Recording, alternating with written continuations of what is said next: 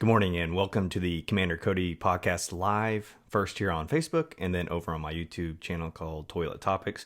So please like, comment, subscribe. So let's get into the final episode of The Mandalorian. It was titled The Redemption.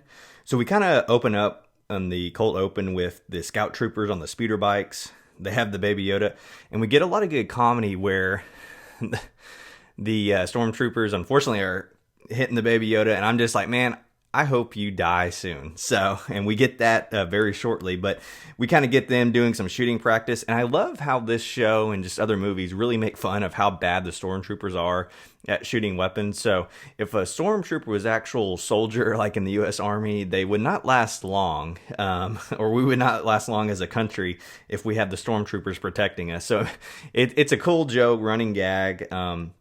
And I really like that kind of funny cold open. And the episode was directed by Taika Waititi, who was the same director of like Thor Ragnarok. He also voices that rock guy from Thor, so if you're familiar with that. So he's a pretty funny guy, and you can definitely tell he put his stamp of humor on this episode. He also voices IG-11.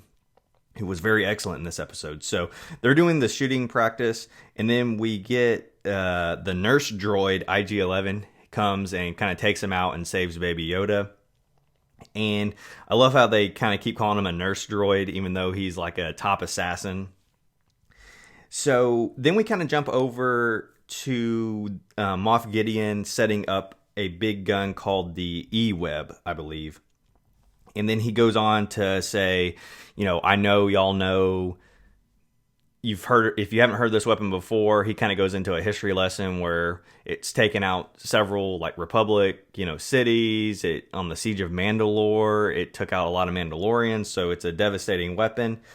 We learn that Cara Dune is from Alderaan, the same planet as Princess Leia that was destroyed. So she must have been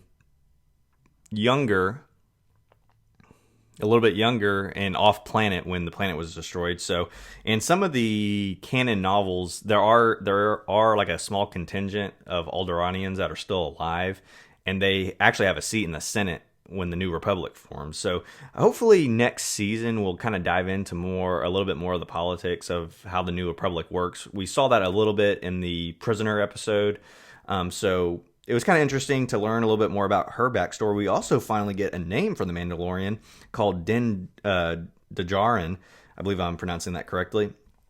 And Moff Gideon kind of talks about the Night of 1,000 Tears, and it kind of reminded me kind of the imagery of something from World War II when the Nazis like attacked all the Jews, and it kind of gave me that same, because the Nazis and the Empire and the First Order are kind of representation of Nazis, I think that's what George Lucas was trying to, convey, especially with like the stormtroopers, almost the same name and the same almost like militaristic and fascist type, government that they have. So it was really interesting that it had like a similar name when they attacked Mandalore. And I have a feeling we're going to get that story revealed in the upcoming last season of the Clone Wars, which is supposed to go over the siege of Mandalore. So it's very interesting.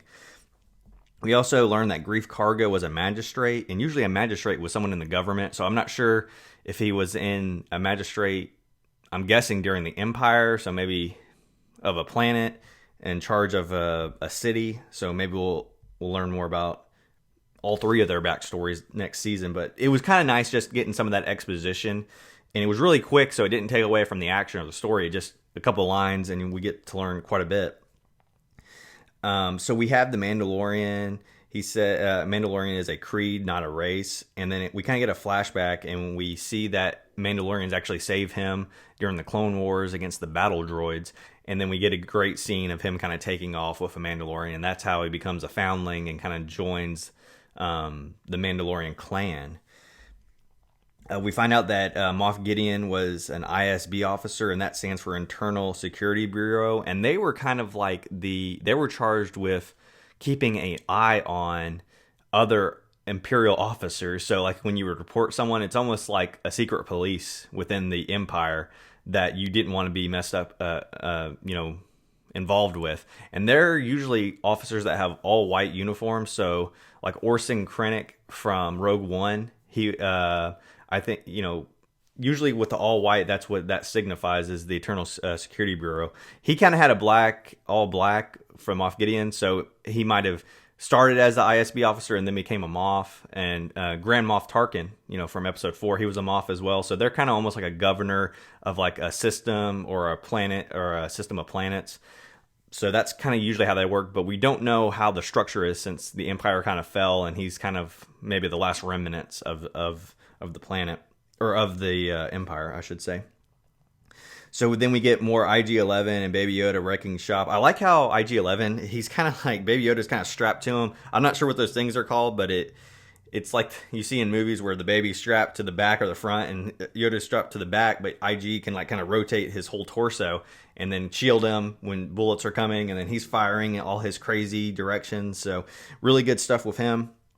And then we get kind of the Mandalorian going full Rambo, because IG, while he's distracting most of the troops, Cara, Greef, and Din Djarin are able to kind of get out of the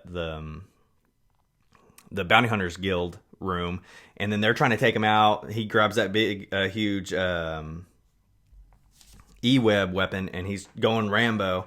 And you can see so much inspirations from like the 80s in this episode, and that's just, I think, Jon Favreau growing up in that time period, just really paying homage to the classic 80 action movies. So it was really cool.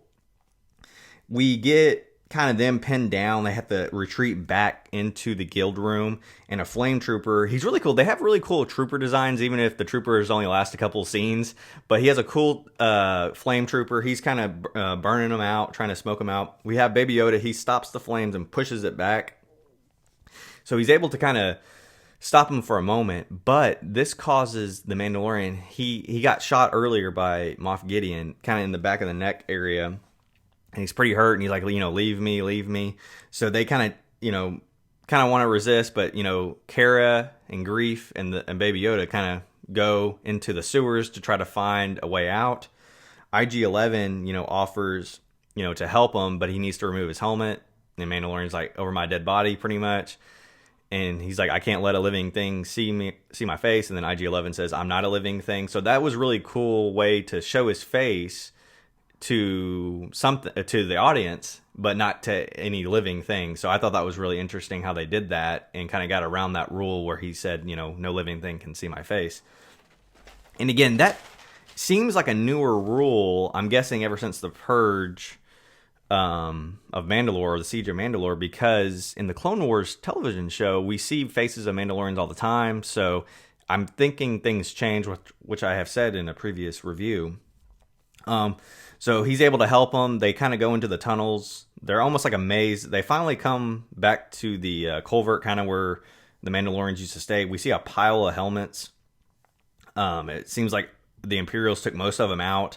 We still have the blacksmith, and she kind of says she hopes some escaped off planet, so we don't know which one survived or didn't. But it seems like a lot of them, unfortunately, died. She kind of talks about, Baby Yoda is a foundling now, and you're kind of tasked to returning him to his family, or, until he becomes an adult, which we still don't know the aging exactly of this species in terms of like what is considered an adult. So I don't know if that's 100. So he could be stuck with this kid for a while. He finally gets a signet. He's the clan of two, and it's kind of like a U shape. One end is higher than the other. I kind of didn't really get a good view of it the first viewing, so I might have to try to pause the video and just look. But it looked to me like a U shape signet. He also gets the jetpack. And then we kind of get some great scenes with the blacksmith. She's kind of like sitting there on her like kind of knees, waiting for the stormtroopers to come and get her. She has like her like hammer and chisel type thing for when she does the armor. She takes them all out, and she's being a crazy badass. So it was really cool, because I'm like, I didn't want her to die, and we kind of get the impression that she survived and either got that stuff melted down or might stay on the planet, but she can't leave the armor behind, because that's maybe part of her duty as the blacksmith or the armorer, is to preserve the heritage of the Mandalorian armor. So we kind of have them heading down the lava river. We also see a very interesting modified astromech droid, which an astromech droid is the same kind of droid as like R2D2.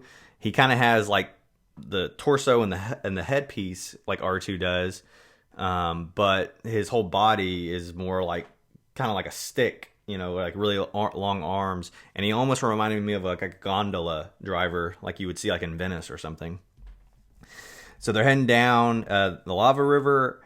IG 11 kind of notices that they're not going to be able to escape, so he has to default to his default programming where he can't be captured, so he has to self-destruct. So he kind of sacrifices himself, and this gave me super big like Terminator 2 vibes, if you've ever seen that, where he kind of goes into the lava and does the thumbs up. So he's getting in the lava, he's like burning, it's like burning his legs, and then he kind of walks out and then self-destructs and takes out like, there was like at least 20 or 30 stormtroopers waiting for him at the end of the tunnel. So he sacrifices himself. We get a great scene of, Moff Gideon coming in on his TIE fighter. The Mandalorian uses his jetpack, kind of latches on, I should say, and plants a mine. He takes his ship out. It doesn't explode. It lands. I was like, I don't think he's dead. So it kind of crashes, and we find out later that he didn't die. And he kind of flies off. He buries Quill, and Cara Dune and Greef, they kind of stay on the planet, and he's kind of gonna go off and kind of do what he was, tasked to do on a quest to either find Yoda's home world or train him in the ways of the Mandalorian. So then kind of like the last scene is Moff Gideon actually cutting out of his out of his TIE fighter with the dark saber, which for people who might not watch Star Wars Rebels, the animated show, the dark saber was a Mandalorian weapon created to fight the Jedi like thousands of years ago, when the Mandalorians and the Jedi used to fight all the time. And the blacksmith kind of says this like it used to be our enemy. So this is a Mandalorian weapon, and I have a feeling next season the Mandalorian will get that dark saber back. And in the show, like Clone Wars and Rebels, the dark saber is used to unite all the Mandalorian clans into like one people. So I don't know if we'll get all that resolution next season or not, but it's so cool that the dark saber made an appearance in this show. So overall thoughts, it was a great season finale. I was still holding out hope that maybe Quill survived somehow, but of course he was buried at the end. So we kind of lost some people. We lost Quill, we lost IG-11, but we still have Cara and Greef. So I think they'll definitely pop up next season. Hopefully we'll get more characters, more planets, and I'm hoping I didn't mind the episode lengths of the 30 to 40 minutes, but I'm hoping we get more to the 40 minutes or longer, 40 minutes to an hour, just because sometimes it just feels so quick, and when there's only 8 episodes in a season, you're just wanting more. So I'm hoping they'll kind of extend the time a little bit and maybe move it to 10 episodes. But overall, my thoughts of the season, great season finale. We still have Moff Gideon as a threat, and he's going to keep hunting the Mandalorian. So I'm guessing he still has more stormtroopers, and I'm guessing either a Star Destroyer or some kind of ship to track them in. So overall, great show. If you haven't seen it, go watch it. Stay tuned, because this weekend I will be reviewing Rise of Skywalker. I just finished Jedi Fallen Order, a video game that came out recently, and I'm also reviewing a book. So I'm going to try to get all those videos done. Those might be pre-recorded, not live, so I can kind of edit them up a little bit. But I hope you've enjoyed this journey with me.